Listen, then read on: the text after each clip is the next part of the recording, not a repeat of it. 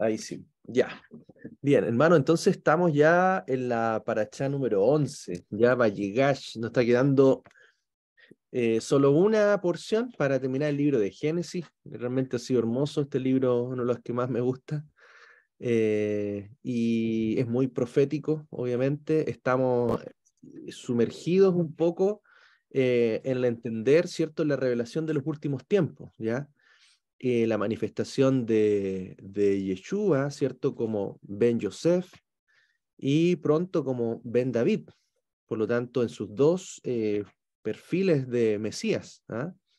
Mesías sufriente, pero también el Mesías rey. Entonces aquí vamos a ver muchas de las conexiones que tenemos con el Mesías. Siempre hay que mirar a Yosef como un tipo de Cristo, un tipo del Mesías, y que nos va a ir conectando un poco el entender cómo se van a dar las cosas en los tiempos que vienen. O sea, la escritura está para nosotros para entender los tiempos que vienen, ¿ah? Para ser entendidos las cosas que han de venir, porque el Padre nos dejó todo eso escrito a nosotros para que pudiésemos comprender, entender y también estar preparados, ¿ah?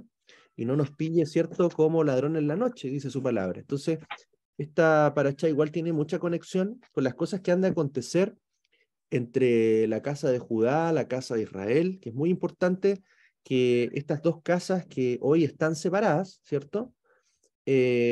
Vayan viviendo acontecimientos que son muy diferentes, ¿ya? Hay procesos muy distintos para ambas casas y eso es importante entender. No se trata de un cumplimiento para Israel y otro para la iglesia, como de alguna manera se enseñó mucho tiempo de una forma con esa doctrina de la doctrina del reemplazo, ¿cierto? En el cual se considera que Israel fue desechado y la iglesia es la que toma el lugar de Israel. Eso obviamente entendemos nosotros que claramente en la escritura no es así. No podemos de ninguna manera, ahora que entendemos la escritura, pensar de esa forma. Y por lo tanto, entendemos sí que hay dos procesos, pero no para Israel y para la iglesia, porque muchos hablan de que la iglesia va a ser arrebatada, llevada al cielo, y Israel va a quedar aquí padeciendo la tribulación. Eso no es así, ¿ya? Y por lo tanto, vamos a ver sí que hay dos procesos, pero para la casa de Judá y la casa de Israel, en donde los gentiles, de alguna manera, que hemos sido injertados a Israel, vamos a estar viviendo junto con la casa de Israel un proceso de regresar, ¿cierto? Ya que en Israel todavía la mayoría de los que están allí son descendientes de Judá, ¿ya? Judíos. Es muy importante entender también que en estos tiempos se está juntando, reuniendo la mayor cantidad de judíos en Israel. Y eso es muy importante. El otro día un rabino comentaba precisamente eso, de que para que se comiencen a manifestar los últimos acontecimientos proféticos, se empiezan a cumplir las profecías que ellos también esperan, eh, es necesario que esté la mayoría de los judíos en Israel. Entonces sabemos que él comentaba de que aproximadamente hay 15.2 millones de judíos en el mundo y que en este momento hay cerca de 7 millones ya en Israel viviendo ahí. Entonces decía que ya cuando empiece a, mm, a reunirse la mayor cantidad de judíos en Israel, se van a empezar a manifestar las profecías y los cumplimientos, porque es necesario para que se manifieste el Mesías, esté la mayor cantidad de judíos en Israel. Entonces eso igual es interesante porque se está dando ya en estos tiempos y de hoy en adelante se va a estar acrecentando esta situación y por lo tanto también eso nos habla de que debemos estar expectantes un poco las cosas que van a acontecer. Todo se comienza a alinear y a preparar ya para estos últimos años, ¿ya? Entonces, entendiendo de que estamos en 7 años claves, 7 años importantes, 7 años de preparación, 7 años, ¿cierto? De alguna manera yo lo digo, de vacas gordas, desde el punto de vista espiritual para nosotros, de trigo, ya que también nos habla de una gran cosecha espiritual estos años, pero preparados también para tiempos difíciles, ya, y tiempos espiritualmente complejos que pueden estar asociados también a lo que es una tribulación y una gran tribulación. Precisamente acá vamos a ir conectando un poco con esta parachá parte de estos acontecimientos, ¿ya? Así que, bueno, ahí está la porción de la Torá que estamos viendo, es Génesis 44 a 18 al 47, 27, ¿ya? Vamos a leer la primera lilla, para ir después comentando algunas cositas interesantes de estos versículos. La primera ley, entonces, vamos, dice, de Génesis 44, del 18 al 30. Dice, entonces Judá se acercó a él y dijo a Yosef, ¿cierto? Dice, ay, Señor mío, tu siervo hablará palabra a oídos de mi Señor, pero no se encienda tu ira contra tu siervo, porque tú eres como el mismo Faraón. Mi Señor ha preguntado a sus siervos diciendo, ¿tenéis padre o hermano? Y nosotros dijimos a mi Señor, tenemos un padre anciano y un muchacho pequeño que le nació en su vejez, pues su hermano murió. Solo él quedó de su madre y su padre lo ama. Y dijiste a tus siervos, hacedlo bajar para que lo vea. Y nosotros dijimos a mi Señor, el muchacho no puede abandonar a su padre, porque si lo abandonara, su padre moriría. Pero dijiste a tus siervos, si vuestro hermano menor no baja con nosotros, no veréis más mi rostro. Y aconteció que cuando subimos a donde mi padre, tu siervo, le referimos las palabras de mi Señor. Y nuestro padre dijo, volved a comprar para nosotros un poco de alimento. Pero nosotros dijimos, no podemos bajar. Si nuestro hermano menor va con nosotros, bajaremos, porque no podremos ver el rostro de aquel hombre si no está con nosotros nuestro hermano menor. Pero tu siervo, mi padre, nos dijo, vosotros mismos sabéis que mi mujer me dio a luz dos. El uno salió de mi lado y dije, ciertamente fue despedazado, y hasta ahora no lo he vuelto a ver. Y si tomáis también a este de mi presencia y le sucede alguna desgracia, haréis descender mis canas con dolor al Seol. Y ahora, cuando llegue a tu siervo, mi padre, y el muchacho no esté con nosotros, como su alma está ligada al alma de él. Amén. Entonces, acá vemos un poco la conversación de Judá con Yosef, ¿cierto? En su segundo encuentro, ¿ya? Una vez que ellos regresan y bajan con su hermano Benjamín, y por lo tanto José prepara una última prueba para ellos, en donde la copa, ¿cierto?, de adivinación que él tenía, es colocada en el saco de Benjamín, y por lo tanto él pide que Benjamín se quede. Y acá obviamente comienza esa conversación de Judá a interceder por esta situación, contándole toda la historia, para que él de alguna manera pueda quedarse en vez de su hermano Benjamín, porque si no su padre, ¿cierto? Ya iba a ser entristecido de gran manera, considerando que él ya había tenido la pérdida de José. ¿Mm? Entonces, un poco en este texto vamos a ver primero cómo se relaciona ahí Judá con Yosef. Es muy interesante porque siempre le habla de mi Señor, ¿cierto? Es una relación distante, de mucho respeto, entendiendo que estaba hablando ante una autoridad. De hecho, él mismo dice, tú eres como el mismo faraón, ¿ya? Entonces acá vamos a ver una sombra, ¿cierto?, de la actitud de Judá frente a Yosef. Entendemos que ese Yosef en ese momento era un Yosef que todavía no se había revelado como su hermano, un Yosef que se veía hablando en un idioma distinto, vestido de una manera diferente, con una posición de alto cargo en Egipto, y por lo tanto también vemos una figura del Mesías que no se ha revelado a Judá.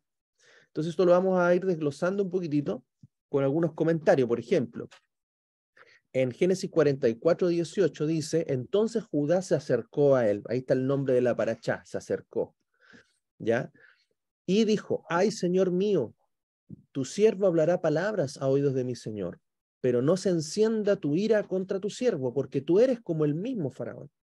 Entonces acá vemos que Judá, ¿cierto? Judá se acerca a Yosef poco antes de que se diera a conocer. De la misma manera sucederá en los últimos tiempos, poco antes de que el hijo de Yosef se dé a conocer al pueblo judío, a la casa de Judá. Estamos viviendo en este tiempo ahora cuando el pueblo judío está acercándose más y más a Yeshua para saber de él como un personaje histórico, no como el mundo cristiano lo ha pintado, sino como un judío practicante de la Torá. Judá se está acercando a Ben Yosef sin haberle reconocido como el Mesías. Amén.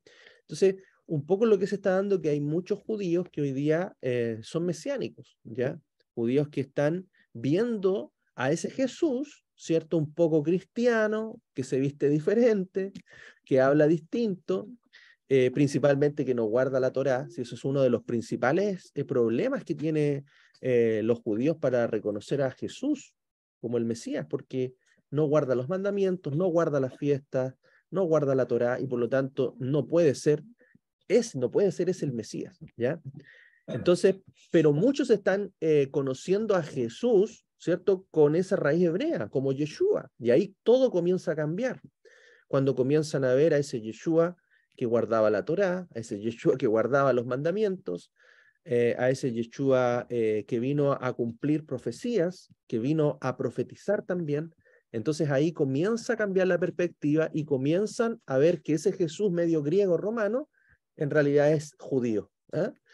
Y por lo tanto empiezan a entender su raíz y empiezan a conectarlo con todas las profecías mesiánicas. Entonces, hay muchos judíos que hoy día sí está conociendo al Mesías. Y es precisamente a través de muchos cristianos, ¿eh?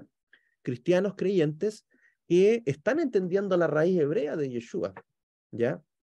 Y por lo tanto están haciendo también mucha obra de evangelización en el mismo Israel, ¿ya? Entonces hay muchos creyentes que han entendido lo de las raíces hebreas, han entendido lo que un poquito hemos estado nosotros comprendiendo también este tiempo y estudiando, y por lo tanto ya la predicación de Jesús o de Yeshua es muy diferente, ¿ya? Y por lo tanto eso está abriendo los ojos y el entendimiento de muchos judíos para que realmente crean que Jesús, que Yeshua, es el Mesías de Israel.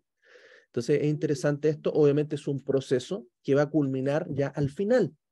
Recuerden de que este pasaje nos conecta un poco con lo que está aconteciendo, esta conversación, ¿cierto? Entre Judá y Yosef, es un poco la conversación entre la casa de Judá o los judíos con este Jesús, que lo están comenzando a ver de una manera diferente. Ya obviamente va a llegar un momento en que él se va a revelar y eso ya nos va a conectar con el proceso final ya de salvación para la casa de Judá, en donde él lo va a librar de sus enemigos. Eso lo vamos a ir desarrollando también un poquito más adelante, ¿ya? Otra cosa interesante, Judá le dice, tú eres como el mismo faraón, fíjense. Entonces, vemos acá que él es enviado, Joseph, ¿cierto? Es enviado como el que le envió. O sea, hay una investidura, hay una autoridad entre el faraón sobre Joseph, así como el padre al hijo, ¿ya? Y muy importante entender que Yeshua es como el padre, ¿cierto? Y el padre es como el hijo. O sea, hay una conexión ahí muy, muy estrecha. No hay nadie entre el padre y Yeshua, ¿cierto? Hay un ejad, una unidad. Recordemos que las figuras de padre e hijo son figuras que se presentan en el texto y en la comunicación para que nosotros podamos entender esa relación de intimidad, de unidad, ¿ya? Y por lo tanto, Jesús mismo lo dice, por ejemplo, en Juan 14, 9 al 11. Dice, tanto tiempo estoy con vosotros y no me has conocido, Felipe. El que me ha visto al Padre. ¿Cómo dices tú, muéstranos al Padre? ¿No crees que yo estoy en el Padre y el Padre en mí? Las palabras que yo os digo no las hablo por mi propia cuenta, sino el Padre que mora en mí hace sus obras. Creedme que yo estoy en el Padre y el Padre en mí, y si no, creed a causa de las mismas obras. Entonces, fíjense cómo era hasta difícil para los mismos discípulos, ¿cierto? Entender eso, ¿ya? Que se comprende que hoy hay muchas maneras de interpretar o comprender o tratar de explicar esa relación, ¿ya? Pero mismo Yeshua dice, yo y el Padre uno somos. Entonces siempre entendemos el concepto del ejad, de la unidad de Dios. Y por lo tanto, no tres dioses, ni tres cabezas, ni tres personas separadas, ¿cierto? Cada uno con una especie de voluntad individual, ¿ya? Entonces, muy importante entender las palabras de Yeshua, que esa conexión de padre e hijo, de alguna manera lo hacen ser uno, lo hacen que la autoridad del padre esté sobre el hijo, y el hijo hoy día es Elohim, el que tiene toda autoridad, toda potestad, y es como Faraón, se fija, es como Dios mismo. Por eso es importante que cuando Yeshua regrese, el Mesías Rey, el León de Judá, regresará como Elohim sobre la tierra, ¿ya? Será honrado y adorado como Dios. Y por lo tanto, eso es lo que vemos completamente aquí en el texto, ¿ya?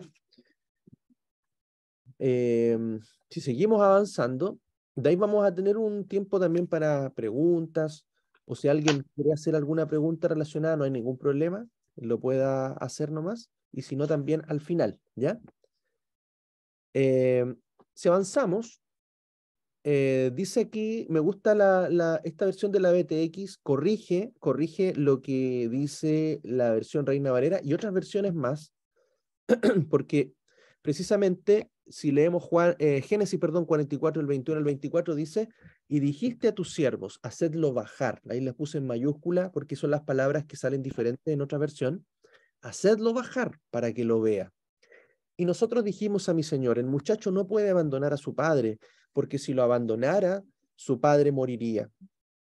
Pero dijiste a tus siervos, si vuestro hermano menor no desciende con vosotros, no veréis más mi rostro. Y aconteció que cuando subimos donde mi padre, tu siervo, le referimos las palabras de mi señor. Entonces, aquí la BTX hace la corrección precisamente de bajar o descender y subir. ¿Por qué? Porque siempre se relaciona a Israel como subir, como un lugar alto, ¿ya? Cuando ellos van a Egipto, ellos descienden a Egipto o bajan a Egipto. Y luego cuando vuelven a su padre, ellos suben. Ya es importante, incluso por ahí una alabanza dice, subamos a adorar al monte de Sión. Y es porque ese es el lugar relacionado con la habitación de Dios, ¿ya? Dios mismo reconoce que esa tierra es su tierra, ya lo vamos a ver en algunos versículos. Y por lo tanto siempre habla de que cuando vamos a Israel, subimos a la tierra, ¿cierto? Entonces es importante también ese concepto de una especie de ascenso espiritual. Por eso también las aliyás son como escaleras, ¿cierto? Comenzamos el primer día de la semana, la primera aliyá, segunda, entonces tiene 7 peldaños, si se dan cuenta, donde vamos subiendo hasta llegar al Shabbat, al séptimo día, ¿ya? Entonces, es importante que cada aliyá va representando un ascenso espiritual, un ascenso de entendimiento, de revelación, hasta llegar al Shabbat, ¿cierto? Que es, subimos al Shabbat, llegamos al Shabbat. Entonces también hay mucha conexión profética en esto. Entonces cuando el pueblo hebreo habla de salir de la tierra de Israel, usa la expresión bajar o descender. Y cuando habla de entrar en la tierra de Israel, usa la expresión subir. Esto nos enseña que cuando una persona sale de la tierra de Israel, desciende espiritualmente, y cuando entra en la tierra de Israel, sube espiritualmente. El Señor llama a la tierra de Israel mi tierra, ¿ya? Entonces, es importante eso, nosotros vamos hacia Israel en este tiempo, vamos subiendo hacia Israel en entendimiento, pero ¿hasta cuándo vamos a llegar a completar ese ascenso, ese crecimiento, esa plenitud espiritual? Cuando estemos ya en la tierra de Israel. ¿Cuándo lo vamos a hacer? Cuando el Mesías regrese como rey y nos lleve, nos reúna en Israel. Ahí se consumará los tiempos, ahí se completará nuestro proceso de santificación. Amén. En Israel dice que saldrá la Torá a todas las naciones. Y por lo tanto, en la tierra de Israel es donde el Mesías, Yeshua Rey, ¿cierto? También nos enseñará, nos perfeccionará y completará esa obra que ha comenzado en nosotros. Entonces, ahí se va a terminar la obra, entonces vamos a llegar ahí a la última liyá, al séptimo peldaño, dentro del proceso de crecimiento que tenemos en nuestra vida, ¿ya? Por ejemplo, Deuteronomio 11:12 dice, es una tierra que Adonai tu Elohim cuida. Los ojos de Adonai tu Elohim están siempre sobre ella, desde el principio del año hasta el final del año. Entonces aquí vemos un pasaje como, y muchos pasajes más donde la Escritura hace referencia de que esta tierra es una tierra santa, es una tierra apartada, es la tierra del mismo, será el lugar del monte de su presencia, hay una conexión allí con el reinado precisamente de Yeshua, ¿cierto? Desde la tierra de Israel hacia todas las demás naciones. ¿Mm? Después vemos, por ejemplo, en otro versículo que el faraón no entendió la importancia espiritual de la tierra, o sea, él no entendía eso. Por eso habló de que cuando fueran a Canaán, les dijo entrad en la tierra, no les dijo suban a la tierra. ¿Ya? Eso está en Génesis 45:17, dice, y dijo Faraón a José, di a tus hermanos, haced esto, cargad vuestras bestias y entrad en la tierra de Canaán. Ya no le dijo y subid a la tierra de Canaán. Entonces, obviamente aquí Faraón también, en este caso, representando un poco el pensamiento del mundo, no entienden lo que realmente significa eso. Nosotros hoy día lo estamos entendiendo, que es importante que nosotros vamos en camino, en ascenso hacia la tierra de Israel y que ésta se consumará cuando nos reunamos allí a través del Mesías Yeshua. El único que nos puede permitir un acceso legítimo a la tierra. Si hoy día usted va a Israel, vamos a ser mirados como extranjeros, ¿ya? Como extranjeros sin ningún derecho, ¿ah? Como Goyim, ¿ah? Como los de las naciones, y obviamente no vamos a tener el acceso, ni tampoco podemos llegar allá y hacer las oraciones, e ir al muro quizás así como aquí somos nosotros de Israel. No, todavía no podemos hacer eso. La única, el único momento en que eso podrá ocurrir es cuando el rey de Israel, ¿cierto?, nos dé la entrada y nos reconozca como legítimos herederos también y hijos de Israel. Entonces, interesante eso todavía, hay que esperar un poquitito, ¿cierto? Eso más o menos es lo que se da, digamos, en la primera aliyah, ¿ya? No sé si hay alguna consulta allí. Ahí está el pasaje. No sé si habrá algún otro detalle. Si alguien tiene alguna pregunta o algún comentario, lo podemos hacer ahora de la primera liyada y vamos a ver la segunda liyada, que es un poquito más, y va a ser parte de lo que pudimos revisar hoy día. Entonces, eso yo creo que es clave esta conversación de Judá con Yosef, entendiendo un poco lo que está ocurriendo hoy, ya un acercamiento a ese Jesús, ya, que en realidad es más que Jesús, es un Yeshua judío, ya, hebreo, y por lo tanto tiene mucha más conexión con la casa de Judá, que hoy día lo miran como un extraño, como un gentil prácticamente, como un pagano, precisamente por las túnicas y los trajes que la religión lo vistió, ¿eh? Y que las denominaciones o las iglesias y religiones de alguna manera también tienen dentro de su doctrina. Eh, muchas, eh, eh, muchas religiones tienen muchos elementos, ¿cierto? Uno hoy día, yo mirando ahí, conversando con algunas personas que son adventistas, testigos de Jehová, mormones, etcétera, dentro de sus doctrinas hay muchas cosas que son correctas, pero otras que no lo son. Entonces podemos ver un poco que esa verdad está repartida, ¿cierto?, en distintas religiones. Pero una de las cosas que tienen en común, todas ellas, y que es la clave, es que ninguna guarda la Torá. Ninguna guarda la Torá. Los que más se acercan un poquito a los mandamientos, pero hasta ahí es un poquito los adventistas, ¿ya? Tienen un poco más el tema de los 10 mandamientos, no tienen tanto esa mirada de que no se deben guardar, no, pero no tienen el entendimiento completo, por ejemplo, de las fiestas, no están tan conectados con los kairos, los tiempos hebreos, ¿cierto? Ahí, y bueno, y en general, como les digo, todas tienen un poquitito de entendimiento, de revelación, pero ninguna lo ha completado. Y eso es clave porque en realidad dentro de todas las religiones cristianas, por así decirlo, ninguna de ellas guarda la Torá, ninguna.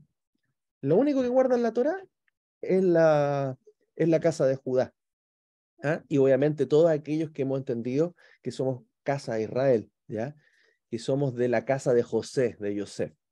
Entonces, eso es característico, la verdad. Y es por eso que esta unidad, este acercamiento que está ocurriendo precisamente entre Judá, que tiene la Torá, ¿cierto? Y Yosef, que tiene la revelación del Mesías. Entonces, ahí vemos esta conversación entre Judá y Yosef, complementando los dos pilares que siempre hemos mencionado: guardar la fe en Yeshua y guardar los mandamientos de Dios. Entonces, eso también es muy, muy profético de lo que está ocurriendo hoy, esa conversación, ese acercamiento entre todas esas religiones cristianas, ¿cierto? De los cuales nosotros nos consideramos cristianos, obviamente, por el Mesías, pero no desde el punto de vista de tener una mirada lejana hacia la Torá. O sea, hoy día nos acercamos a la Torá precisamente complementando esta conversación profética que ocurre acá, ¿ya?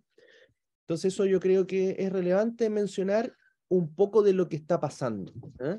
En este tiempo. Ese acercamiento tanto de Judá a Yosef y de Yosef a Judá, hasta que tengan ese encuentro, esa revelación, esa conexión ya íntima, ¿eh? Que vamos a ver después. Bien, ¿algún comentario, hermanos? ¿No? Ya. Bien. Entonces seguimos. Vamos a ir a la lilla número 2, a la segunda lilla. Ahí está, vamos a leer el texto igual completo y de ahí vamos a ir comentando los versículos. Génesis 44, del 31 al 34. A ver, y después, y del 45 del 1 al 7. Esa es toda la segunda lilla. Y dice, sucederá que cuando vea que el muchacho no está con nosotros, morirá. Eso le está diciendo Judá a Yosef. Y tus siervos habrán hecho descender con dolor al Seor las canas de tu siervo, nuestro padre. Porque yo, tu siervo, quedé como fiador del muchacho ante mi padre, diciendo, si no te lo traigo, sea pecador ante mí, ante mi padre todos los días. Y ahora, quede tu siervo en lugar del joven por esclavo de mi señor, pero que el joven suba con sus hermanos. Porque ¿cómo subiré yo hasta mi padre si el joven no está con nosotros? No vea el mal que le sobrevendrá a mi padre. No pudiendo ya contenerse ante quienes estaban a su lado, José dijo, salid todos de mi presencia. Y no quedó hombre con él cuando José se dio a conocer a sus hermanos. Entonces alzó su voz en llanto y lo oyeron los egipcios y lo oyó la casa de Faraón. Y dijo José a sus hermanos, yo soy José, ¿vive aún mi padre? Y sus hermanos conturbados no pudieron responderle. Y dijo José a sus hermanos, acercaos a mí. Y ellos se acercaron y él dijo, yo soy vuestro hermano José, a quien vendisteis para Egipto. Ahora pues, no os entristezcáis, ni os parezca insoportable haberme vendido acá, pues para preservar la vida me envió Elohim delante de vosotros. Porque ya ha habido 2 años de hambruna sobre la tierra y aún quedan 5 años en que no habrá siembra ni siega. Por eso Elohim me envió delante de vosotros para preservaros un remanente en esta tierra y para daros vida por medio de una gran liberación. Entonces, este pasaje yo creo que es tremendo. Me gusta también un poco la serie José, si ustedes la pueden ver. La serie José de Egipto también es bien interesante, un poco en el relato, en el momento en que ocurre esta escena, que es bien dramática, la verdad, eh, donde sus hermanos quedan realmente ahí, pero dice conturbados, a ver, no sé si es la palabra que utiliza ahí, si no me equivoco, quedaron realmente sorprendidos, quedaron sin palabras. Sí, conturbados, dice. Y no sabían qué hacer, no sabían qué reacción tener cuando ese faraón, ¿cierto? Se revela como Joseph, como su hermano. Eh, Eso es fuerte, eso es muy fuerte y también muy profético lo que ocurre aquí, ¿eh? Y precisamente todo eso va dentro de un plan que José mismo no guarda rencor. Qué importante es eso, no, él no guardó un rencor, él podría haberlos destruido. Imagínense el poder que tenía. Mostró un poquito de su poder con todas las pruebas que les hizo pasar, ¿ya? Los hizo pasar susto. Pero en realidad lo que él quería ver si sus hermanos realmente habían cambiado. Sus hermanos realmente iban a ser capaces de vender a su hermano Benjamín así como lo vendieron a ellos. Y ahí vemos un poco una rectificación, vemos un tikkun, ¿cierto?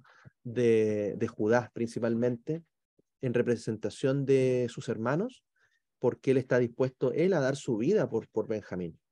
Entonces ahí ve una actitud diferente. Y ahí es donde José ya no aguanta más, las lágrimas le caen, pega un grito ya de dolor. Imagínense, yo creo que él todo ese tiempo había estado ahí, pero con ese nudo en la garganta, tratando de llevar un rol, una actuación de alguna manera, pero lo único que él quería es ver a su padre, lo único que él quería es reconciliarse con sus hermanos, pero quería ver realmente que sus hermanos estaban arrepentidos de lo que le habían hecho a él. Y un poco a través de todas esas pruebas, esas dos pruebas que les hizo, de ver cuál era la actitud de ellos. Y ahí ya obviamente él se revela, se saca ahí, digamos, su túnica, ¿cierto? Y se comienza a mostrar a él en medio de todos esos maquillajes probablemente que usaban, ¿cierto? Los egipcios, y se revela como Yosef.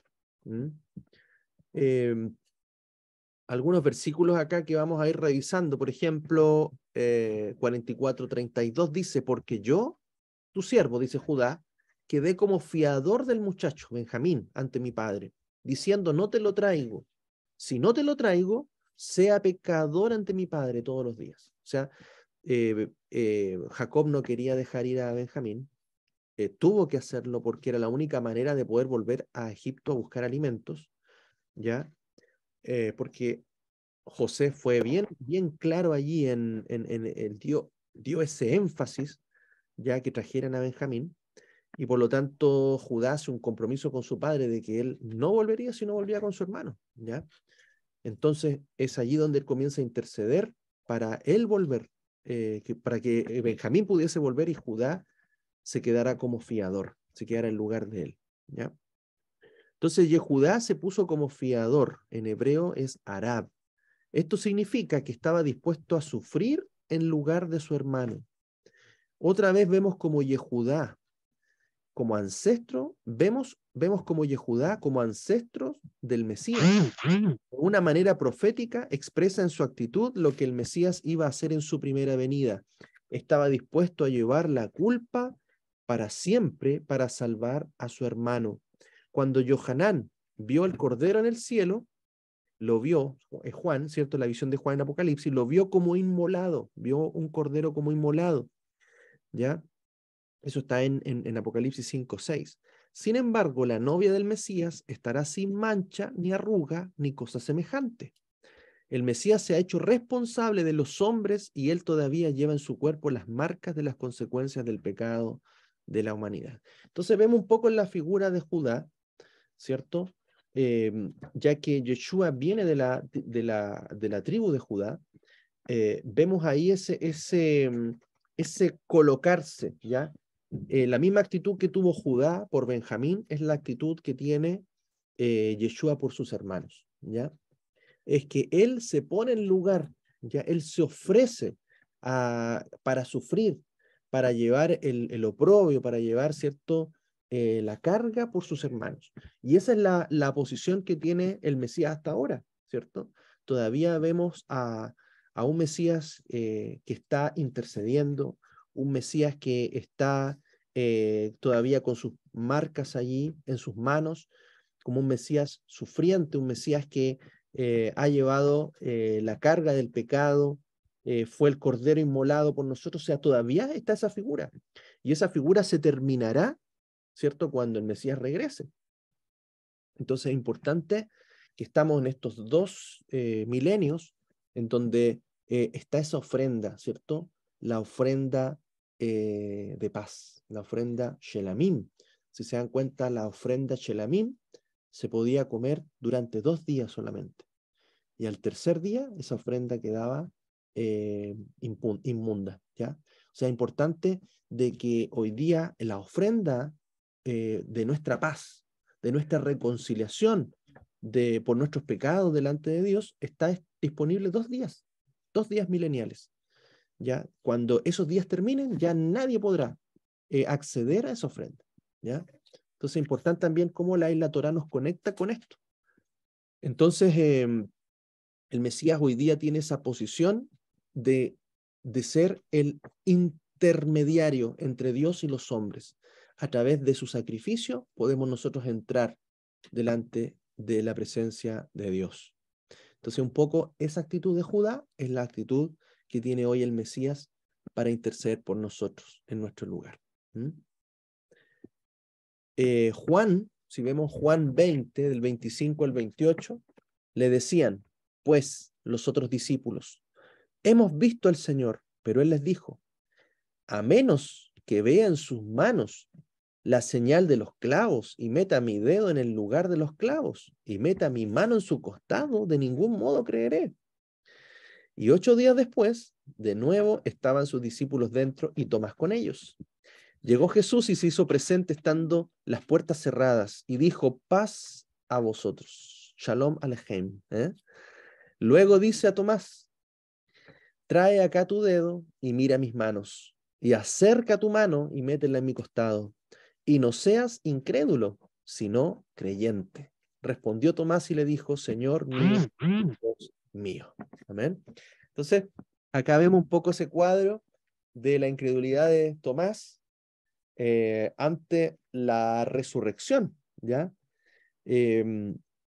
Esto de alguna manera vemos también de que es como Yeshua se nos presenta hoy, a todos se nos presenta, incluso el catolicismo romano lo tiene ahí crucificado, ¿cierto? Usted va a cualquier iglesia católica y va a ver, ¿cierto? Un crucifijo ahí con al Cristo crucificado, sufriendo allí, porque es un poco el concepto interesante que la religión tiene, ¿ya? Ellos han conocido a un Cristo que murió por ellos, pero fíjense que no se les ha revelado realmente al Cristo resucitado, ¿eh? Porque también lo veíamos ayer camino de Maús, ¿eh? Ellos vieron a un Cristo que murió, a un Mesías que murió, pero no se les revelaba todavía ese Mesías resucitado. Y yo creo que hoy día nosotros estamos viendo a ese Mesías resucitado, a ese Mesías hebreo, ese Mesías judío, lo estamos entendiendo en su concepto. Y eso solamente ocurre cuando el velo cae de nuestros ojos, ¿eh? Que es lo que hizo Yeshua cuando comparte el pan, ¿cierto? Cae esa venda de sus ojos. Entonces, muchos ven ahí a un Cristo muerto o un Cristo crucificado y la religión un poco tiene esa mirada. Pero hay una segunda mirada, que es un poco la que Tomás también incrédulamente dice, si bueno, si yo no soy capaz de meter mis dedos allí en sus heridas, no voy a creer. Hasta que Yeshua se le manifiesta, wow, y ahí es como que recién a Tomás se le abren los ojos y le dice, Señor mío y Dios mío. Entonces un poco también es parte de este proceso que nosotros estamos viviendo en muchas religiones, ¿eh? Están viendo hoy día este despertar, esta venda que está cayendo, de ver a un Yeshua, a un Mesías resucitado, que se manifiesta como Dios, ¿eh? Y, y eso es un poco también lo que vemos en esta escena ahí con Yosef y Yehudá. Después Génesis 44:33 dice Judá, y ahora quede tu siervo, o sea, quede yo en lugar del joven Benjamín, por esclavo de mi señor, pero que el joven suba con sus hermanos. ¿Ya? Eso le está pidiendo, está haciendo la petición Judá a José, al faraón. Ser fiador implica llevar la responsabilidad hasta la última consecuencia. Y Judá fue fiel a su promesa a su padre.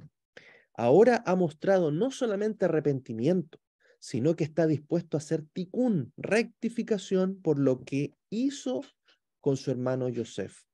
En lugar de entregar al hijo de Raquel, que su padre amaba, se puso en su lugar. Así Yosef supo que se había arrepentido. Si no hay una disposición de rectificar los errores cometidos y en el caso de ser posible restituir el daño, no ha habido un arrepentimiento en la persona.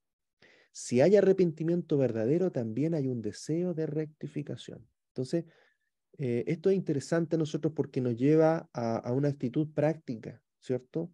Donde realmente cuando hay un arrepentimiento, eso se muestra en nuestra entrega, en nuestro deseo de rectificar, en nuestro deseo de sufrir o de padecer la consecuencia o de restaurar, ¿cierto?, el daño que le hemos provocado a alguien. Entonces, un verdadero arrepentimiento no solamente es no hacer lo que ya hicimos, ¿cierto? Porque muchas veces nuestro concepto de arrepentimiento era, bueno, si yo mentía y ya estoy arrepentido, ya no miento más.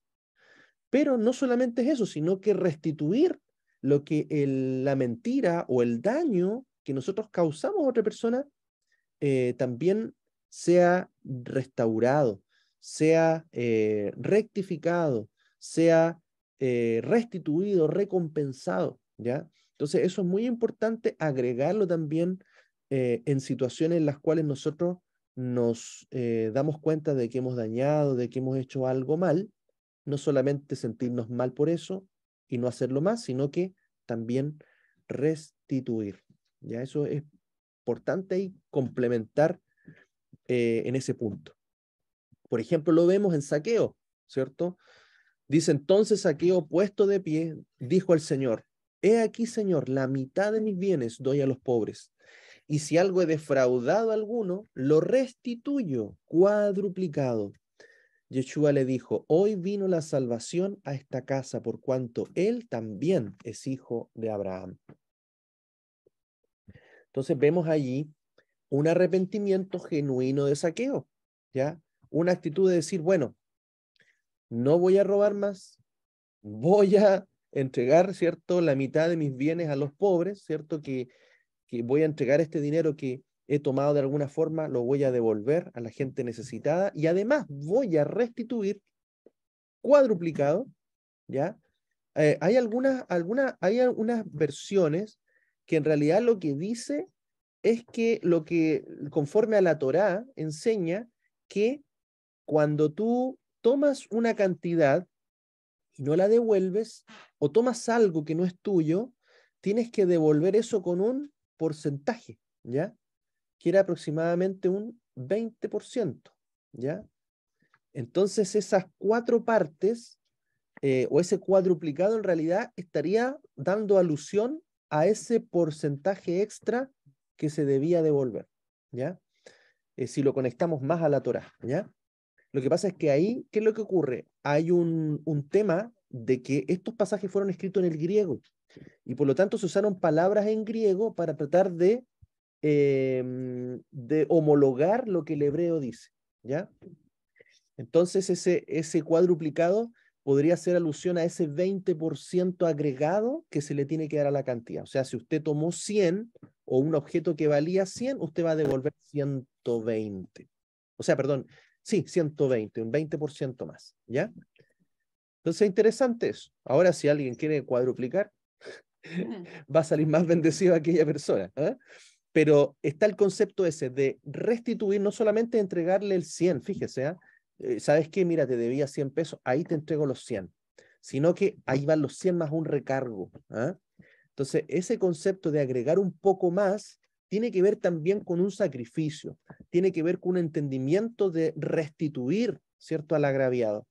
Y tiene que ser parte de nuestra actitud. Entonces, si nosotros hemos tomado algo, o usted de repente encuentra en su casa que tenía alguna cosa que es de otra persona y que no la devolvió, usted tiene que devolver eso y agregarle algo más, ¿eh? Interesante, ya ese es el concepto hebreo, el concepto bíblico en el cual nosotros debemos actuar. La salvación había venido a la casa de Zaqueo, de Zacai. Hubo evidencias claras del arrepentimiento de sus pecados. Lo mismo vemos en la vida de Yehudá, ¿cierto? Con su actitud. Ya no volverá a defraudar a su padre, ya no dejará que su hermano sea esclavo en Egipto. Lo hizo una vez, pero esta vez no, porque había arrepentimiento en su corazón. Cuando Yehudá, y esto es profético, cuando la casa de Judá muestre arrepentimiento por haber vendido a su hermano, el hermano se dará a conocer. O sea, cuando Judá muestre ese arrepentimiento por aquel al cual crucificaron, ¿cierto? El hermano se dará a conocer. Y eso tiene que ocurrir al final de los tiempos. Judá entenderá que ese Yeshua, que ese Jesús, ¿ya? Medio egipcio, era realmente el José, ¿cierto? Que ellos vendieron, o que el Jesús que ellos crucificaron, judío, va a venir ya esa manifestación. O sea, cuando eso ocurra, ¿cierto? Está próximo a la revelación del Mesías a la casa de Judá. ¿Ya? Muy, muy lindo eso, eso que va a ocurrir, ¿ya? Génesis 45:1 dice, no pudiendo ya contenerse Yosef ante quienes estaban a su lado, Yosef dijo, salid todos de mi presencia.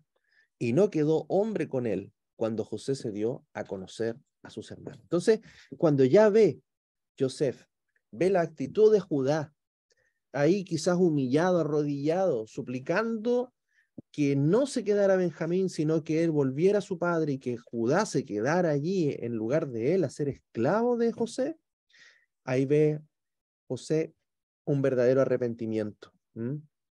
Él está dispuesto a dar su vida por su hermano, ¿ya? Y ahí ve realmente de que sus hermanos habían cambiado.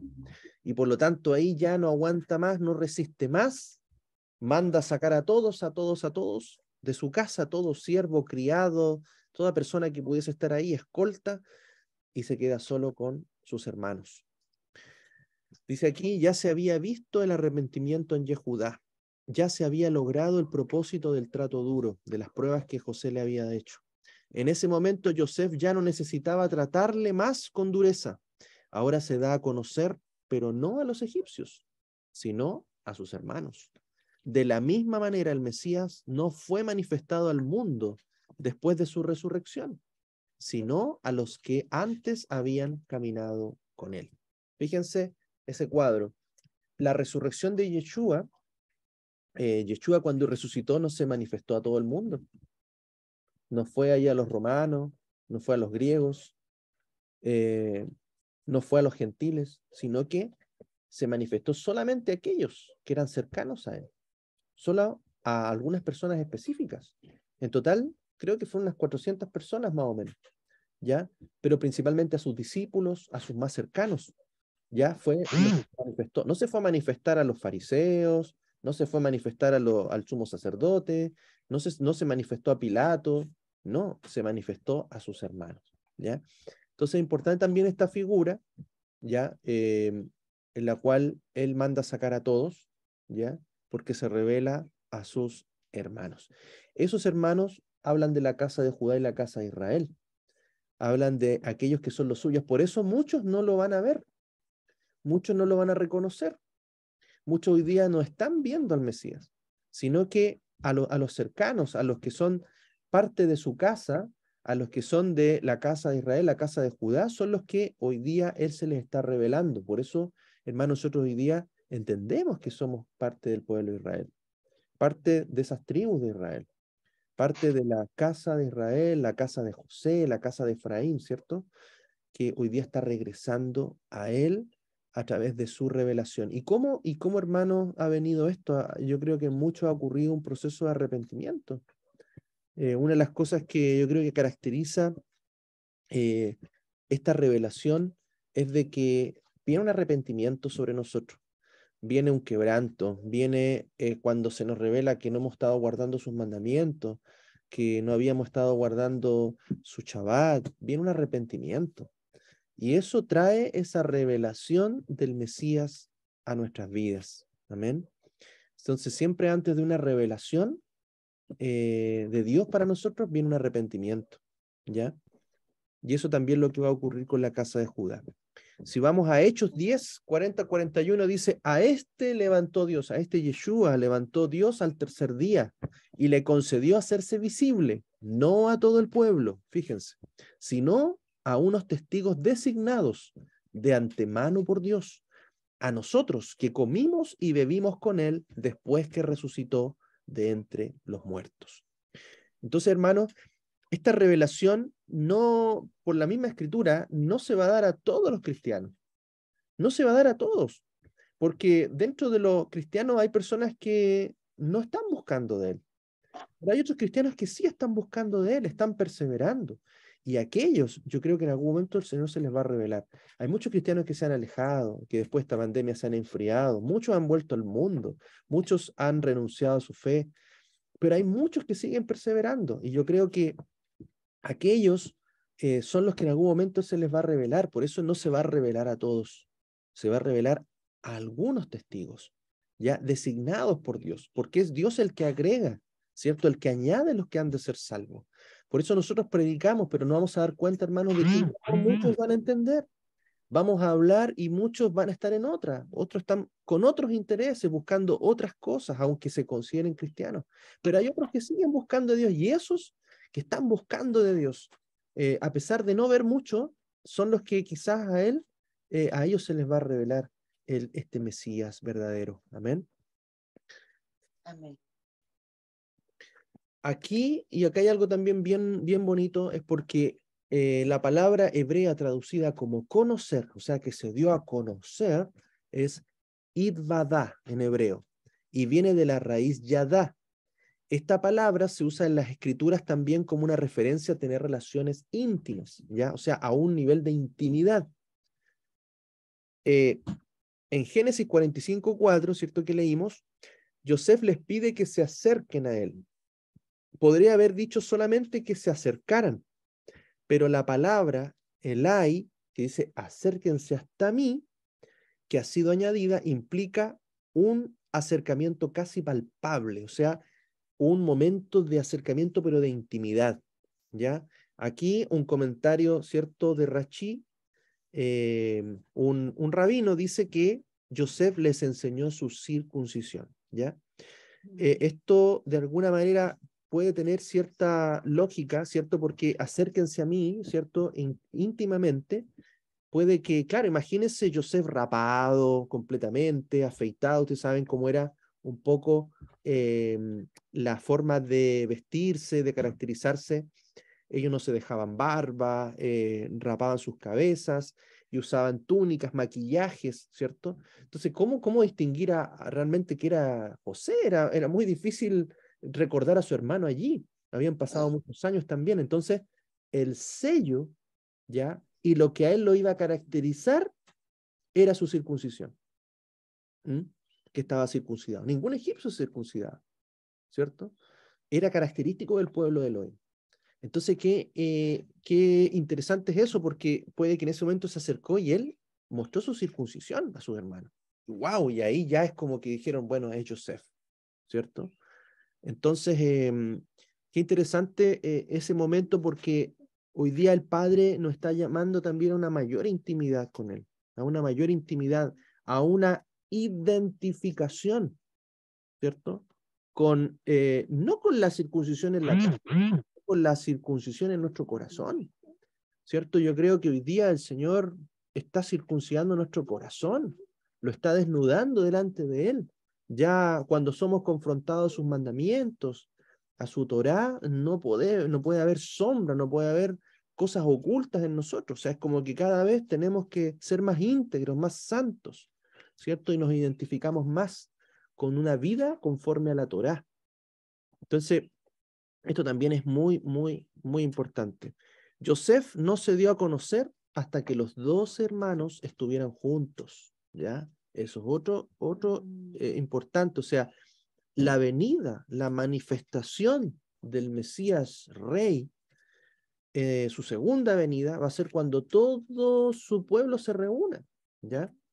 Y es por eso que él mismo los va a reunir. Ahora, esa reunión, hermanos, tiene que ver mucho con nuestro entendimiento, hoy día nosotros, ex gentiles, entender nuestra relación con Israel, entender la relación con Judá. O sea, esa unidad hoy día no puede haber ya, o sea, ya vivimos muchos siglos de separación, vivimos muchos siglos de un antisemitismo, vivimos muchos siglos criticando a Israel, maldiciendo a Israel, muchos, ¿ah? Tratando estos son los judíos los que mataron al Mesías. O sea, fíjense todo lo que ocurrió y por eso mismo la separación del cristianismo católico con el judaísmo, precisamente por una actitud antisemita, ¿ya? Que ha sido de alguna forma infiltradas en las religiones a través de la doctrina del reemplazo. Entonces, qué importante hoy día que este acercamiento entre hermanos es entender el rol de cada uno de nosotros, es entender el rol de Judá, es entender el rol de los gentiles y de la casa de Israel, ¿cierto? Entonces, cuando empezamos nosotros a entender este concepto de hermanos, es que estamos cerca a la manifestación del Mesías, a la revelación del Mesías en su segunda venida. Y además así también va a ocurrir, precisamente, cuando seamos tomados de entre las naciones, lo que llamamos ese arrebatamiento, ¿ya? Y el Mesías se manifieste a Judá, ¿cierto? A Israel nacional, donde van a estar ahí sufriendo este ataque, ¿cierto? Esta guerra última, Él se va a revelar para salvar a la casa de Judá y es el mismo Mesías que los va a reunir. ¿Ah? Y en Yom Kippur, Él también va a restaurar a Israel. Entonces, este cuadro tiene mucha revelación, esta figura, para los últimos tiempos, ¿ah? Y para también el proceso que tiene que estar ocurriendo, ¿ya? Hay un despertar en Judá, hay un despertar en los descendientes de Israel, en las demás tribus de Israel, y también en nosotros, ¿ah? Que si no somos de una de las tribus de Israel como descendientes, somos gentiles que legítimamente somos injertados a Israel y formamos parte de la casa de Israel. Ahora, también tenemos que aprender en esto que debe existir una unidad, ¿cierto? Porque en realidad la iglesia es un concepto de la congregación de Israel, ¿ya? La iglesia no es un concepto diferente, no es un concepto desarraigado de la escritura, ¿ya? Eclesía o iglesia, que viene de eclesía, significa congregación, reunión, y tiene que decir, tiene relación con esa congregación de Israel, esa congregación de las 12 tribus de Israel. Y por lo tanto, hay una unidad que tiene que haber. O sea, ya nosotros no criticamos, no atacamos a los judíos, no. Al contrario, los amamos a ellos. Y oramos por la paz de Israel. Y oramos también por la revelación del Mesías para ellos. Amén. Efesios 3, 17b al 19 dice, a fin de que, arraigados y cimentados en amor, seáis plenamente capaces de comprender con todos los santos cuál es la anchura y la largura y la altura y la profundidad, y así conocer el amor del Mesías, que excede a todo conocimiento, para que seáis llenos de toda la plenitud de Dios. Amén. Entonces, fíjense, hermanos, cómo hoy día nuestra actitud a Judá no es una actitud de desprecio, no es una actitud de aislarnos, sino que es una actitud de amor, de que ellos son parte de la eclesía, ellos son parte de la congregación de los santos, que tienen que ser restaurados. Amén. Entonces, nuestra mirada hoy día ya no es una mirada de una iglesia según el concepto católico, religioso, cristiano, sino que es mirar una iglesia, una eclesía, una congregación de los santos, que serán todos aquellos que forman parte de su pueblo restaurado, de su Israel restaurado.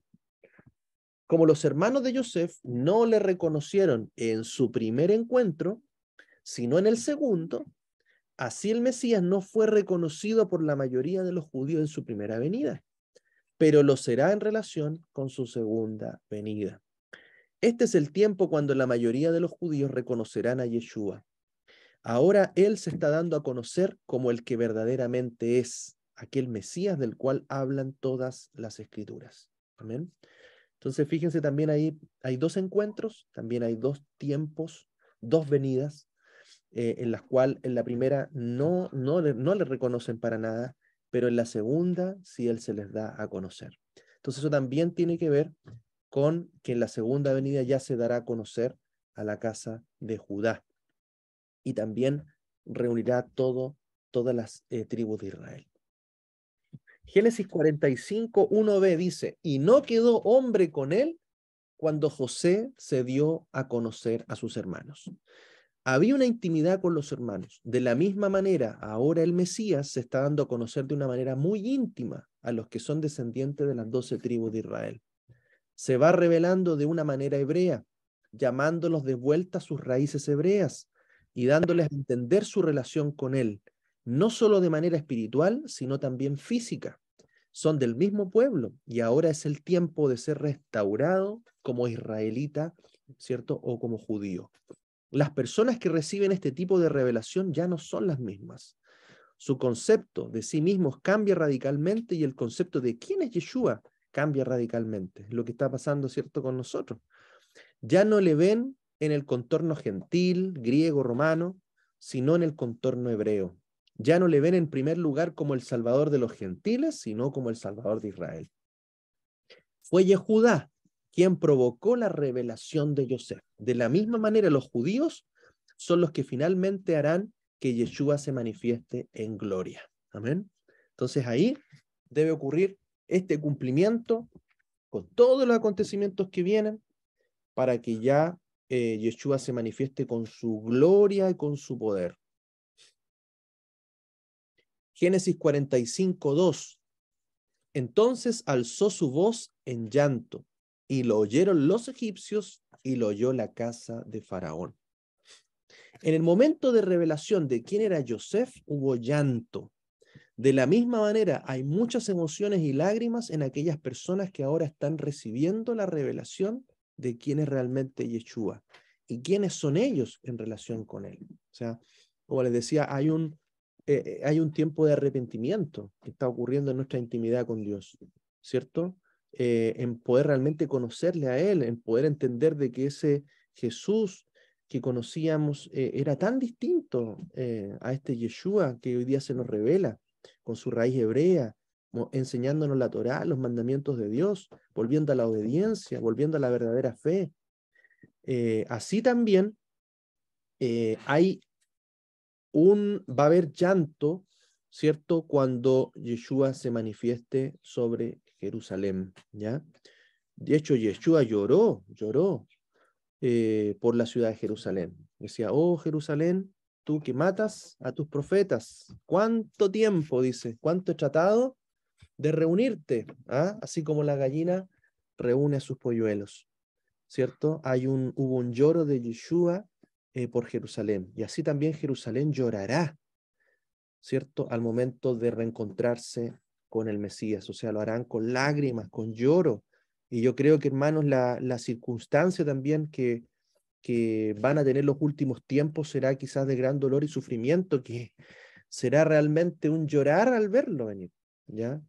Será decir, Señor, al fin te manifiestas, ya regresas, y por lo tanto va a ser con lágrimas en Israel y en las naciones también, aquellos que estemos en las naciones en ese momento.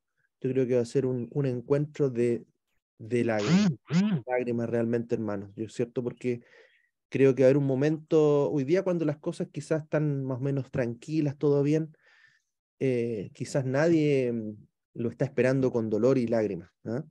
Pero quizás si las cosas llegan a estar en tribulación, en angustia en los últimos tiempos, van a haber lágrimas quizás ya para que Él se manifieste, ¿cierto? Y también sobre la casa de Judá, que va a ser asediada, va a ser destruida. Israel va a ser arrasado de alguna manera. Y por lo tanto, los que quede, ese remanente que quede en Israel, estará con lágrimas ahí viendo la salvación final para Israel. Así que es muy profético también todo aquello. Zacarías, ¿cierto? Que ya lo hemos leído y lo vamos a complementar un poquito unos versículos más. Dice, y derramaré sobre la casa de David y sobre los habitantes de Jerusalén espíritu de gracia y de oración, y me mirarán a mí, al Eftab, al que traspasaron, y llorarán como se llora por causa del unigénito, y se afligirán por él, como quien se aflige por el primogénito. Aquel día habrá gran llanto en Jerusalén, como el llanto de Hadad Rimón en el valle de Megido, y la tierra se lamentará, cada familia aparte, dice, la familia de la casa de David por separado y sus mujeres aparte, la familia de la casa de Natán por separado y sus mujeres aparte. Y después continúan los versículos también mencionando las demás tribus, y así dice que cada una por separado. Esto nos habla también de que cada tribu, por así decirlo, que está esparcida, vivirá también un periodo, ¿cierto? Un momento de llanto, de aflicción. O sea, la casa de Judá lo vivirá allí en Israel, los que están en las naciones también lo vivirán aparte, dice. Cada uno vivirá un poco ese lamento, dice, porque toda la tierra se lamentará, dice cada familia. Y fíjense, está considerando a quiénes, a las familias de las tribus de Israel, ¿ya? Entonces, piensen de que estaremos esparcidos por todas las naciones. Ni siquiera Israel será un lugar seguro, ¿ya? Y también la casa de Judá tendrá llanto, así como cada una de las tribus de Israel, ¿cierto? Porque finalmente, ¿quiénes sufrirán la tribulación? No la va a sufrir el mundo la tribulación, hermano. La tribulación las pruebas no son para el mundo, son para sus hijos, para sus escogidos.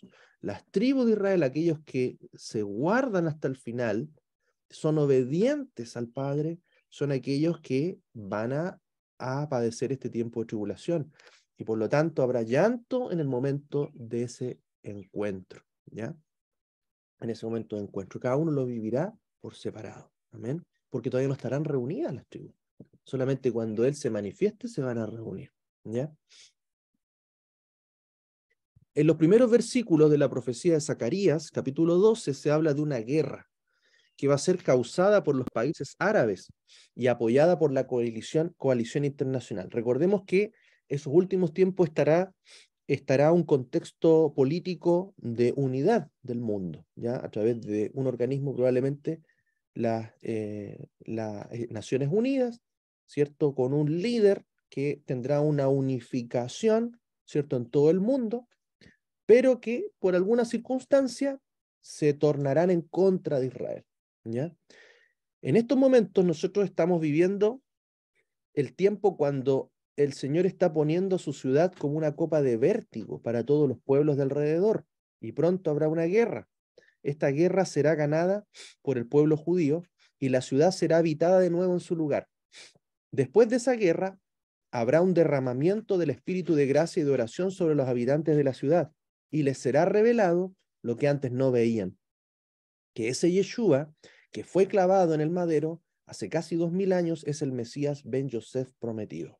Entonces habrá un lamento impresionante, especialmente, dice, entre los ortodoxos, puesto que son los que hacen separaciones entre hombres y mujeres en las oraciones, como indica este texto, ¿ya? Entonces se dan cuenta, dice, lo de la casa de Leví y las mujeres por separado. Entonces es porque ellos han hecho una separación. Si ustedes se da ahí a Israel, en el muro en lamento hay un lugar solamente los hombres y otro lugar chiquitito ahí que tienen para las mujeres, e incluso las tratan muy mal a ellas, por el hecho de que ellas usan tzitzit, usan ¿cómo se llama?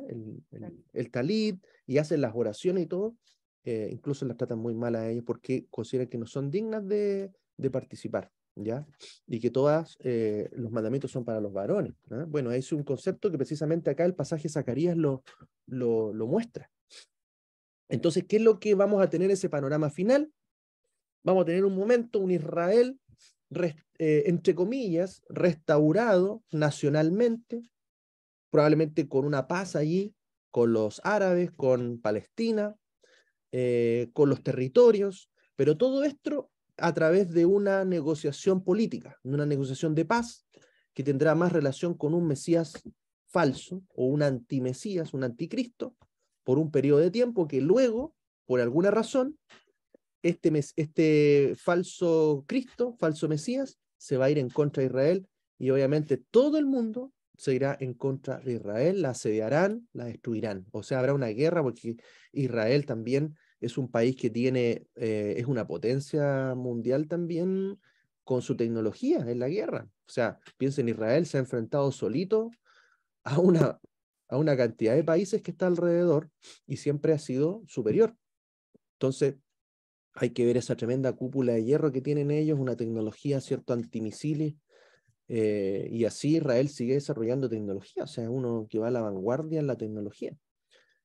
Por lo tanto, piensen que en algún momento esa gran tecnología y ese gran ejército israelí va a ser también derrotado, ¿ya? Por toda esta coalición de países que se va a ir en contra. Eso probablemente en los últimos 7 años, en la mitad de los últimos 7 años, que serían 3 años y medio, se rompe esta alianza y se van en contra de Israel para destruirla, ¿ya? Y ahí probablemente hayan años de guerra contra Israel, una guerra muy dura, muy destructiva, y es ahí donde ya se va a manifestar el Mesías Rey, Salvador, y ellos lo reconocerán, ¿ya? Entonces puede que también en ese contexto en el cual sabemos que Israel va a levantar su Mesías hombre, ¿ya? Porque ellos están preparándose para ese Mesías, ¿ya? Que no es Yeshua. Dice, es probablemente de que ahí un segmento de los judíos rechace este Mesías, ¿eh? Y se dé cuenta, por revelación, de que Yeshua es su Mesías, ¿ya? Entonces probablemente hay un conflicto interno ahí en Israel, es muy probable que eso suceda, por el pasaje también que dice que ellos recibirán espíritu, dice, de gracia, de oración sobre los habitantes de la ciudad, y les será revelado lo que antes no veían. Entonces puede que haya algunas facciones, ¿cierto?, de judíos, principalmente ortodoxos, puedan ver realmente que ese Jesús, ese es el Yeshua hebreo, el Yeshua judío, el Mesías verdadero de Israel, ¿cierto? Que habrán reconocido como a un verdadero Mesías a este hombre, a este líder, probablemente que les traiga la paz, que les traiga la restauración de las tierras, una especie de buenas relaciones diplomáticas con las naciones, que es por un lado lo que ellos esperan, pero otra facción quizás rechace después a este Mesías y se dé cuenta que es Yeshua, el Mesías de Israel, ¿ya? Hay que estar atento con esas cosas. Después, en el capítulo 13 de Zacarías, podemos ver cómo este avivamiento mesiánico entre los ortodoxos en Jerusalén producirá una purificación del pecado y la impureza. Toda religión falsa será eliminada del país. El templo Bahá'í en Haifa será destruido. Todas las mezquitas serán demolidas. Todas las iglesias católicas serán asoladas. Recuerden todo lo que hay en Israel. O sea, hay un segmento católico ahí con sus iglesias, sus templos. Por otro lado, tienen las mezquitas árabes. Tienes ahí esperando la reconstrucción del templo. O sea, hay una mezcla de todas esas cosas allí. Entonces va a haber una limpieza en Israel, ¿ya? Entonces habrá una restauración del culto con sacrificios en el lugar del templo. Cuando esto suceda, serán provocadas todas las naciones del mundo y se unirán de nuevo para batallar contra Jerusalén, ¿ya? Entonces ya no va a haber un momento en que no va a estar toda esta mezcla de religiones allí, sino que se va a levantar probablemente ahí a través de la restauración del templo, el culto absoluto y único a Adonai, ¿ya? Dentro, obviamente, del antiguo pacto, por supuesto, tenemos que entender, obviamente, que Judá sigue en un antiguo pacto, ¿ya? Hasta que entren al nuevo pacto, y eso solamente va a ocurrir con la venida de Yeshua o aquellos judíos que hoy día se le está revelando el Mesías, y nosotros, ¿cierto?, entramos directamente a un nuevo pacto, ¿ya? Entonces dice que aquí serán provocadas todas las naciones del mundo y se unirán de nuevo para batallar contra Jerusalén.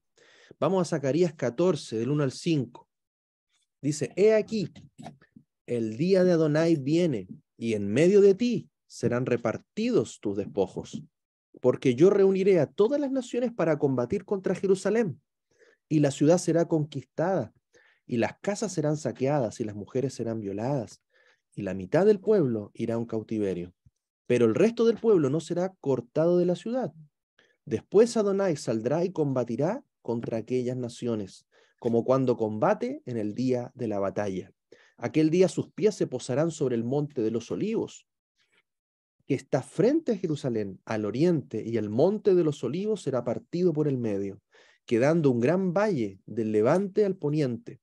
La mitad del monte se apartará hacia el norte y la otra mitad hacia el sur, y el valle de Hinnom quedará bloqueado, porque el valle entre los dos montes llegará hasta Asal, y vosotros huiréis como cuando el terremoto en tiempos de Usías, rey de Judá, y vendrá Adonai mi Elohim con todos sus santos.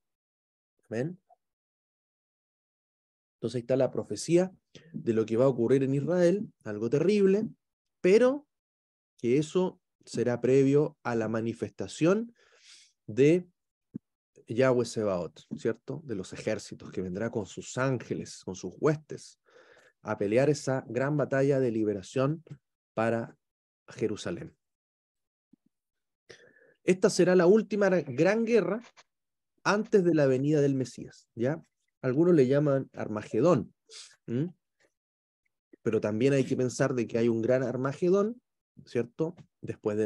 Al terminar el milenio, ¿ya? Siempre hay dos guerras antes de una gran manifestación.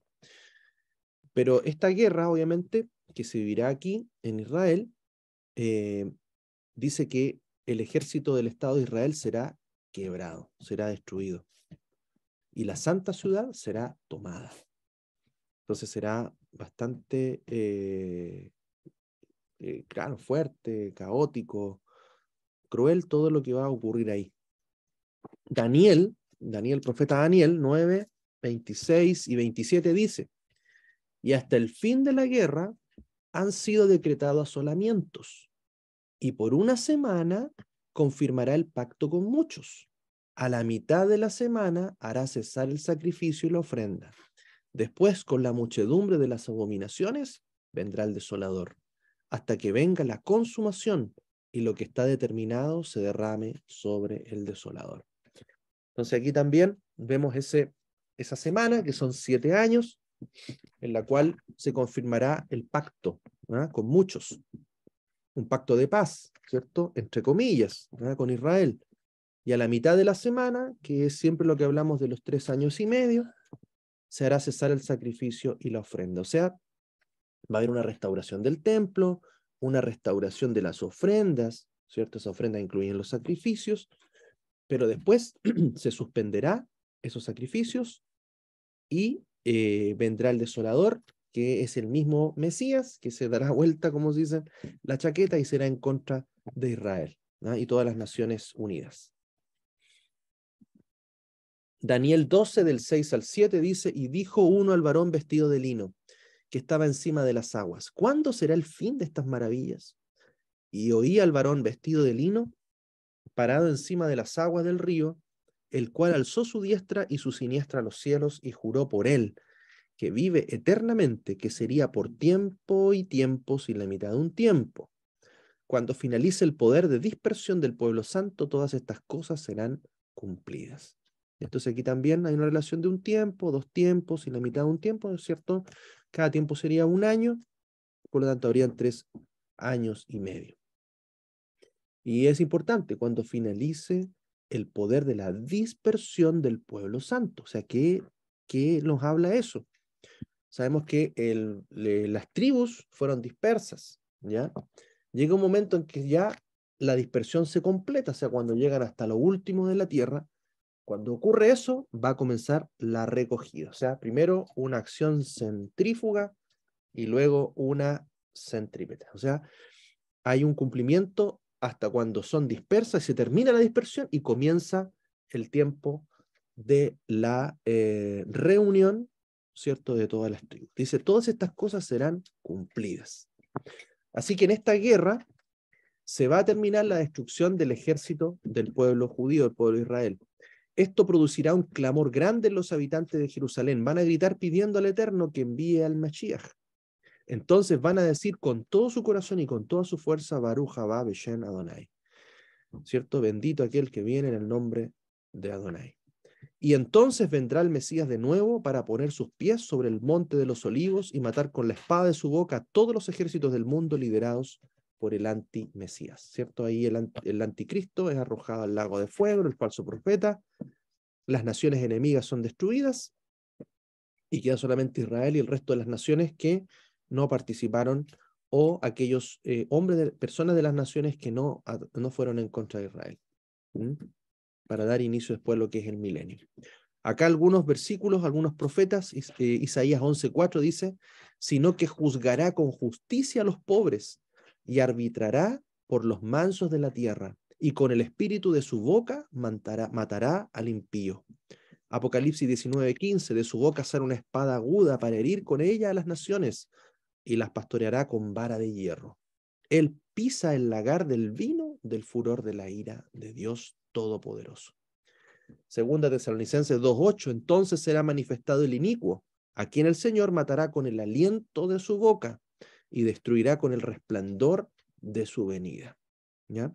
Ese inicuo, ¿cierto? O falso profeta o falso Mesías, que estará reinando en la tierra.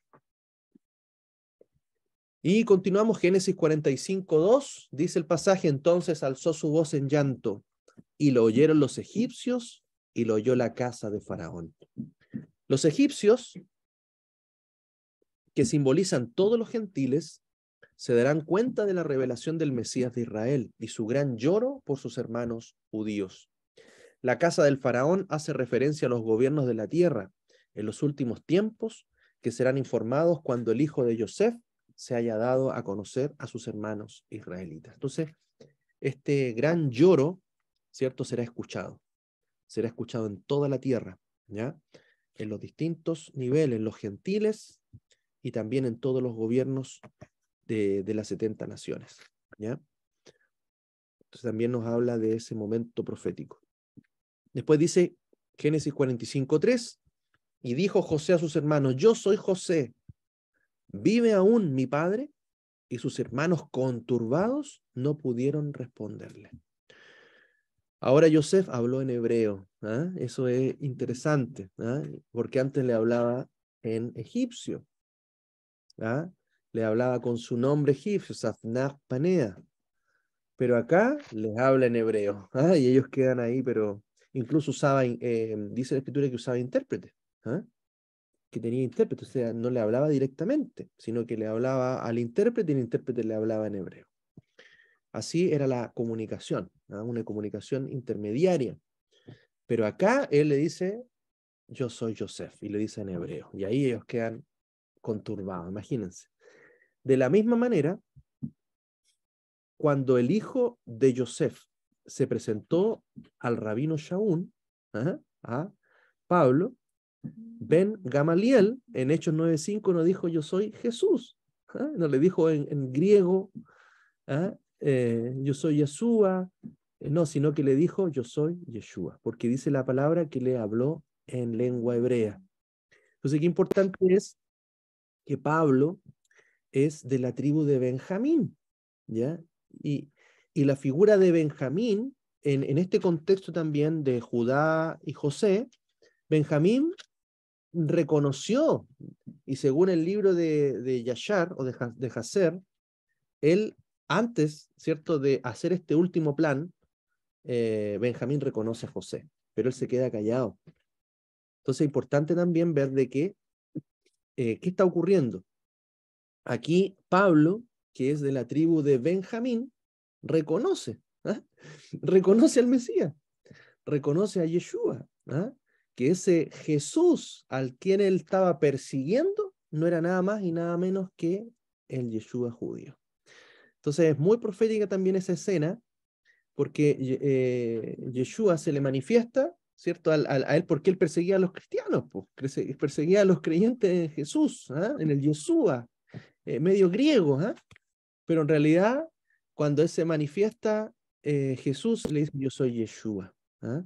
Le habla en hebreo. Y ahí Pablo queda, pero cegado de tanto resplandor, y ahí entiende de que estaba persiguiendo al Mesías judío, al Mesías de Israel. Eso también es interesante porque hoy día también nosotros está pasando un poquito eso. Está pasando de que ese Jesús se nos está revelando en su lengua hebrea, ¿ah? En su entendimiento hebreo, ¿ah? Y que de alguna forma Pablo, que es el apóstol a los gentiles, ¿ya? Fíjense, Benjamín es el apóstol, de Benjamín viene el apóstol a los gentiles, hoy día está comprendiendo que ese Jesús es Yeshua, ¿ya? Y eso lo vemos en Hechos 26:14, dice, eso está en nuestras Biblias, dice, y al caer todos nosotros en la tierra, está contando Pablo, oí una voz que me decía en lengua hebrea, Saulo, Saulo, o sea, le dijo, Shaul, Shaul, ¿eh? ¿Por qué me persigues? Dura cosa te es dar coces contra el aguijón. ¿Eh?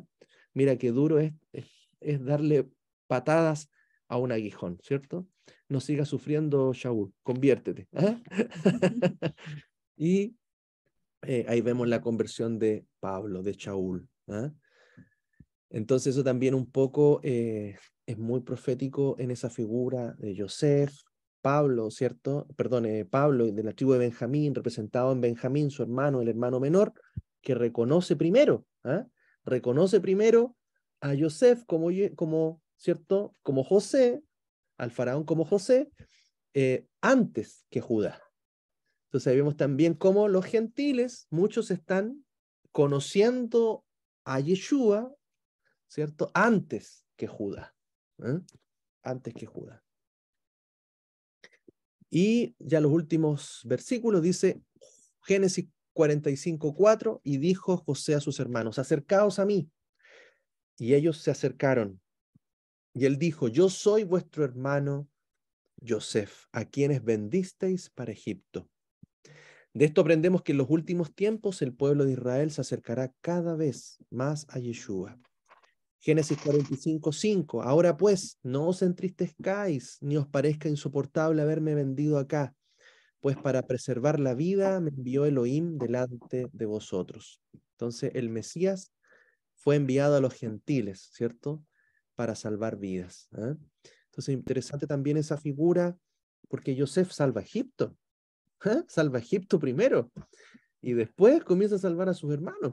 Entonces así también vemos cómo Yeshua primero viene la salvación a los gentiles, porque es Judá, ¿cierto?, que él lo rechazó en sí como nación, solamente algunos creyeron en él, por eso él se manifestó a algunos pocos, piensen, se manifestó a tan pocos resucitados de toda una nación.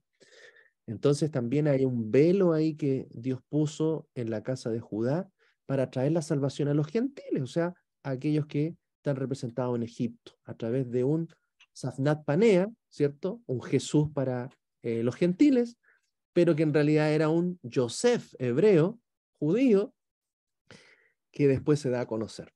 Entonces ahí también vemos la figura de cómo la salvación se extiende primero a los gentiles, a los que no eran del pueblo de Israel, y después obviamente ya se manifiesta a sus hermanos.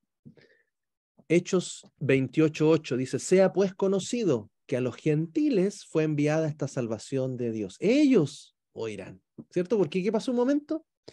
Los judíos ya no querían escuchar más, se cerraron, fueron cegados, y por lo tanto el evangelio ¿a dónde fue enviado?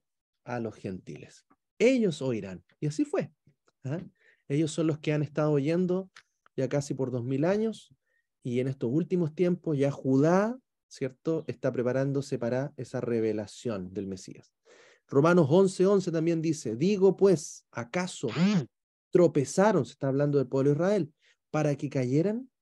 De ninguna manera, pero por su delito, por su pecado, vino la salvación a los gentiles para provocarlos a celos. ¿Eh? Entonces hoy día entendemos claramente esto dentro de los planes de Dios. Es como dijo José: no se preocupen, tranquilos, mire que lo que me sucedió era con un propósito de Dios. Entonces sí, también la casa de Judá está con un velo para que esa salvación fuera traída hasta nosotros, hermanos. ¿Ah? Y hoy día por eso tenemos que venir con humildad. No podemos venir con orgullo, ni menos con una actitud arrogante o de incluso de juicio, de cuestionamiento a los judíos, ¿cierto? Porque ellos están viviendo su proceso de parte de Dios, están cumpliendo un plan de amor y de misericordia para nosotros mismos, los que no estábamos considerados y que hoy día sí venimos como pueblo de Dios. Y provocándolos a celos, precisamente porque hoy día todo esto es mover de raíces hebreas, ¿cierto? Movimientos mesiánicos, de alguna forma son gentiles, guardando los mandamientos, guardando las fiestas, ¿cierto? Guardando el Shabbat, y ellos dicen: ¿quiénes son estos? ¿Cierto? Que vienen a hacer lo que nos pertenece a nosotros. Entonces es un poco lo que está ocurriendo hoy día. Ese era el plan de Dios. Por causa del rechazo de los judíos, de la misma manera como Yosef fue rechazado por sus hermanos, los gentiles podrán recibir al hijo de Yosef y ser salvos. Amén. Y finalmente, Génesis 45:6, porque ya ha habido 2 años de hambruna sobre la tierra, y aún quedan 5 años en que no habrá siembra ni siega. ¿Ah?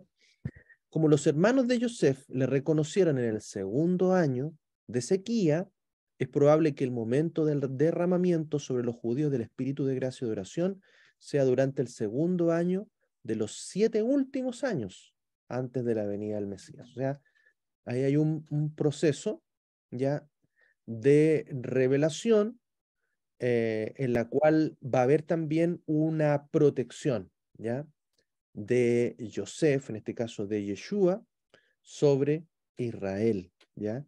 De esos 7 años, hay 2 años, ¿cierto?, que ya habían pasado, pero también 5 años que quedaban, donde iba a haber una protección finalmente de Yosef en Egipto para todos sus hermanos, para todo Israel y su padre.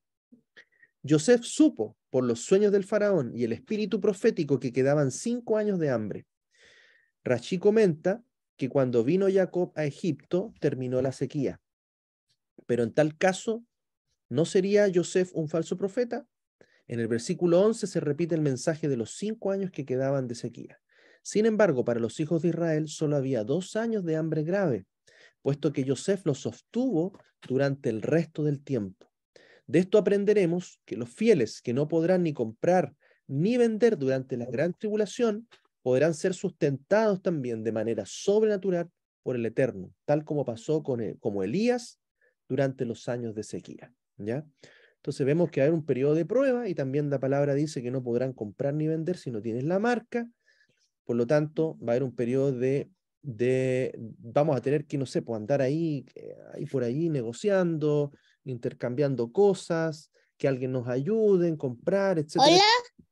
Pero después vamos a ver también de que va a haber un sustento, ¿ya? Sobrenatural de Yosef o de Yeshua en este caso para nosotros. ¿Mm? Génesis 45:7 dice, por eso Elohim me envió, dice, está hablando acá Yosef, me envió delante de vosotros para preservaros un remanente en esta tierra y para daros vida por medio de una gran liberación. El hijo de Yosef fue enviado al mundo gentil, a los gentiles, para provocar a los judíos a celos, para que ellos a su vez sean salvos por esta provocación. Amén. Y Romanos 11:14 dice, por si de alguna manera provocara celos a los de mi carne y salvar a alguno de ellos. O sea, ahí está hablando el apóstol Pablo también, de que a través de ese celo que venga sobre Judá, muchos de ellos también sean salvos, ¿ah? Y puedan conocer, o sea, puedan preguntar qué está pasando con estos gentiles, ¿ah? Que están guardando la Torá, que están aprendiendo Torá, estudiando Torá, guardando mandamientos, guardando el Shabbat, se acerquen y conozcan en el fondo que es por el Mesías Yeshua, el Mesías judío. Romanos 11, el 24 el 27 dice, porque si tú fuiste cortado del que por naturaleza es olivo silvestre, y contra naturaleza fuiste injertado en el olivo cultivado, ¿cuánto más estos, que son las ramas naturales, serán injertados en su propio olivo? Porque no quiero, hermanos, que ignoréis este misterio, que para que no os tengáis por sabios en vuestra propia opinión, que un endurecimiento parcial ha sobrevenido a Israel, hasta que entre la plenitud de los gentiles, y así todo Israel será salvo. Como está escrito, vendrá de Sión el libertador, que quitará de Jacob la impiedad, y este será mi pacto con ellos, cuando quite sus pecados. Amén. Hasta ahí llegamos entonces, ¿ah? Muy profético todo, cada vez entendiendo más los planes maravillosos, como dice el apóstol Pablo, él está maravillado, ¿cierto? De esa inmensa misericordia, de ese inmenso plan maravilloso que el Padre tiene para con su pueblo. Amén. Así que hasta ahí llegamos con la reflexión. Shabbat Shalom. Shalom. Amén. Amén. Bien, bien, hermano, no sé si